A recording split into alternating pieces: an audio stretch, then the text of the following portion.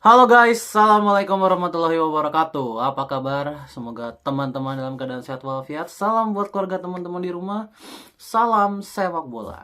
Perkenalkan gue Ajay, gue si netizen yang suka membahas bola. Dan akhirnya, finally, kita berhasil lolos ke babak berikutnya, yaitu round 4 kualifikasi Piala Dunia, di mana nanti di ronde 4 sistemnya adalah nanti ada 6 tim, ya, 2 tim dari masing-masing grup, grup A, grup B, grup C, nanti akan dibagi ke dalam 2 grup, di mana juara grup akan langsung lolos ke Piala Dunia dan runner up-nya akan diadu untuk nanti menjadi lawan dari wakil dari benua lainnya gitu ya, wakil dari benua lainnya. So jadi ini adalah titik ujung, kalau menurut gua ronde 4 ini adalah titik ujung dari perjuangan kita ke Piala Dunia. Oke, dimana akhirnya kita sampai juga di titik ini cukup mengharukan dan cukup cepat ya, sangat cepat,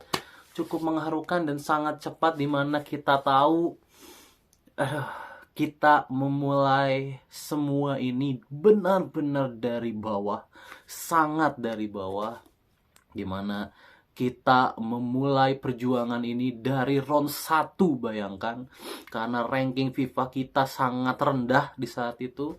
Kita harus mengawali perjuangan dari titik terbawah, yaitu ronde 1, dimana kita berhadapan dengan Brunei Darussalam ya. Kita berhadapan dengan Brunei Darussalam dan ya, Brunei memang bukan lawan kita.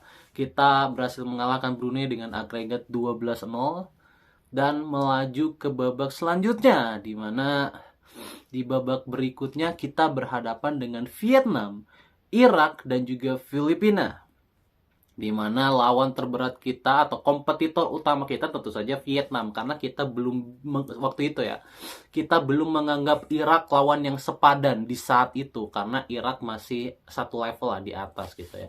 Maka kompetitor utama kita adalah Vietnam dan kita butuh menang lawan Vietnam untuk bisa lolos ke babak berikutnya. Dan alhamdulillahnya di round kedua kita berhasil mengalahkan Vietnam 2 kali dan mengunci peringkat runner up di bawah Irak dan lolos ke babak berikutnya.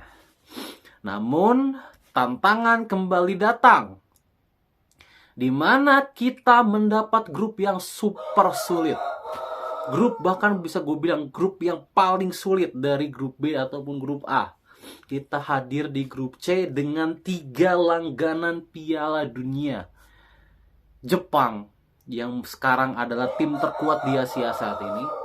Australia, yang kita tahu Australia adalah langganan Piala Dunia yang selalu juga merepotkan di Piala Dunia gitu ya kan. Australia juga merepotkan Argentina di tahun 2022 ya, di Piala Dunia 22. Dan Arab Saudi, yang kita tahu sepak bolanya lagi meningkat-meningkatnya, bahkan di Piala Dunia mereka mengalahkan juara dunia Argentina dengan skor 2-1. Kita harus berhadapan dengan 3 negara ini di satu grup yang sama.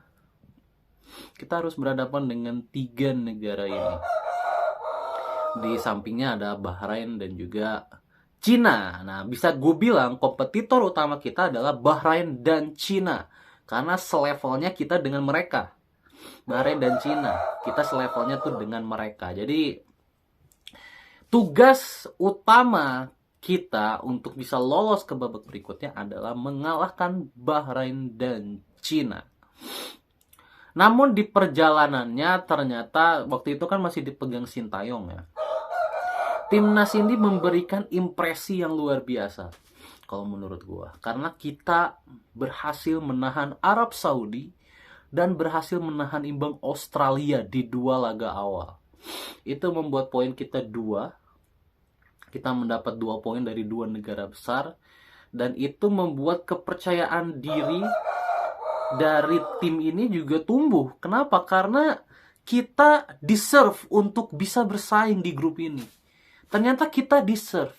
Kita tidak menjadi bulan-bulanan. Di saat itu kan pemainnya belum semewah sekarang ya. Kalau sekarang kan udah ada Romani, udah ada Dean James, udah ada Kevin Dix, udah ada Oh, udah banyak lah pemain bagusnya, Emil Audero. Ya, kalau dulu kan bener-bener masih ngandelin strike, ngandelin Witan. Yang paling mewah tuh paling cuma Ragnar gitu ya. Yang paling mewah cuma Ragnar. Marcelino juga waktu itu masih angin-anginan gitu ya. Kita kan paling mengandalkan Ragnar, mengandalkan Tom Hai. Tom Hai juga nggak bisa main 90 menit terus. Ya kan? Mengandalkan banyak sekali pemain muda, Jenner. Ya kan? Paling yang bisa kita andalkan kan Itzes, Paes, Verdong. Ya kan? Itzes, Paes, Verdong gitu ya. Ragnar, Strike. Gitu ya, pemain-pemain seperti itu. Ibaratnya kita masih datang dengan pemain seadanya, belum semewah sekarang lah, belum semewah sekarang. Jadi mendapat poin-poin penting seperti itu aja itu udah sangat-sangat membuat gue lega, ya, sangat membuat gue lega. Bahkan di pertandingan melawan Arab Saudi di kandang kita ya, itu kita tampil tanpa dua pemain terbaik kita loh, Hilgers dan juga Kevin Dix. Kita tampil tanpa kedua pemain mahal kita.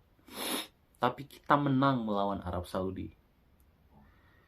Ya, kita menang melawan Arab Saudi. Jadi peluang Piala Dunia itu sebenarnya terbuka gara-gara kita menang lawan Arab Saudi.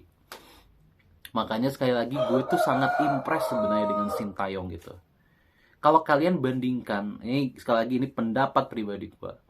Kalau gue harus bandingkan Sintayong dengan Kluivert, gue rasa Sintayong untuk titik ini ya, dari 3 pertandingan yang udah dijalani Kluivert, Sintayong sih masih jauh lebih baik dibanding Kluivert dan timnya.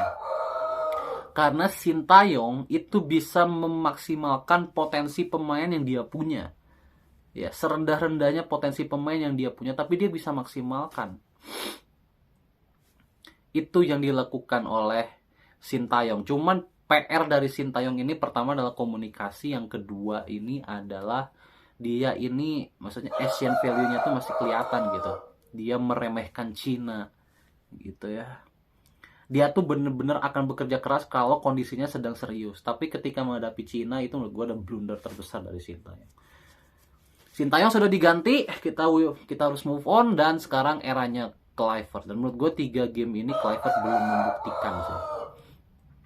Tapi beruntungnya melawan Bahrain dan Cina kita bisa mengunci 6 poin. Meskipun di dua game itu mainnya sih nggak meyakinkan kalau menurut gue ya.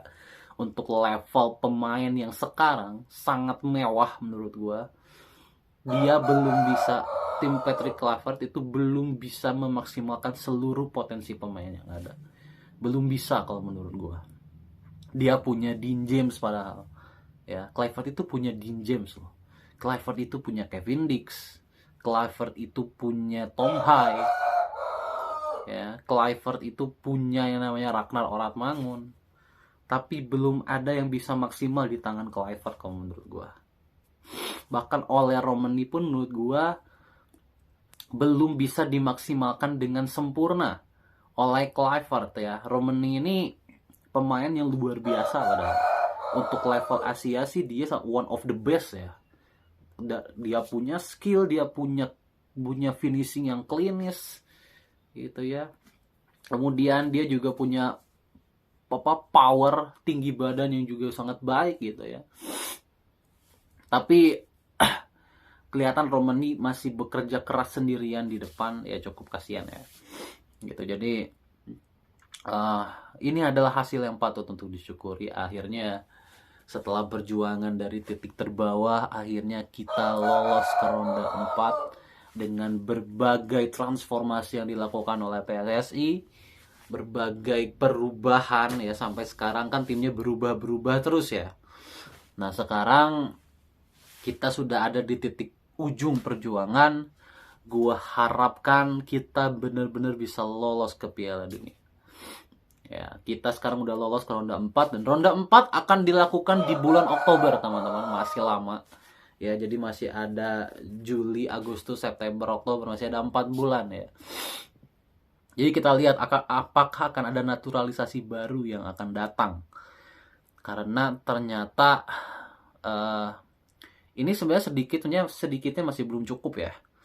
Karena menurut gue kedalaman terutama penggantinya oleh Romani ini belum ada yang setara kalau menurut gue. Jadi gue rasa pengganti oleh Romani bisa sih untuk dicari gitu ya. dan juga mungkin satu lagi pemain tengah yang matang, karena kalau diantara Pelupesi atau Haye ini ada yang menurun kayak pertandingan lawan Cina. Haye itu mainnya jelek loh, tapi karena Haye ini nggak ada pemain yang sekelas Haye di bench, sehingga Haye ya tidak tergantikan, pada akhirnya tetap tidak tergantikan meskipun main jelek. Jadi harus mencari lagi sih satu pemain tengah yang matang, yang udah di usia matang, kayak mirip-mirip Joy ya, untuk melapisi skuad tengah yang sudah ada. Mudah-mudahan Jairo dengan segala kendalanya bisa datang. Gue berharap sekali sama pemain ini sih. Ya, alhamdulillah, time feels so fast ya. Benar-benar sangat cepat. 3 tahun lalu kita masih berjuang di ronde 1. Tahun ini kita sudah sampai di ronde 4. Sedikit lagi kita lolos ke Piala Dunia. Ya, bravo timnas Indonesia.